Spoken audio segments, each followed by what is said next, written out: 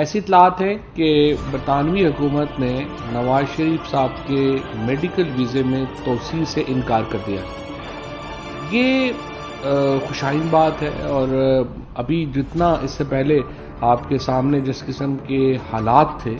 اس میں یہ بات واضح نظر آ رہی تھی کہ نواز شریف بیمار نہیں ہے،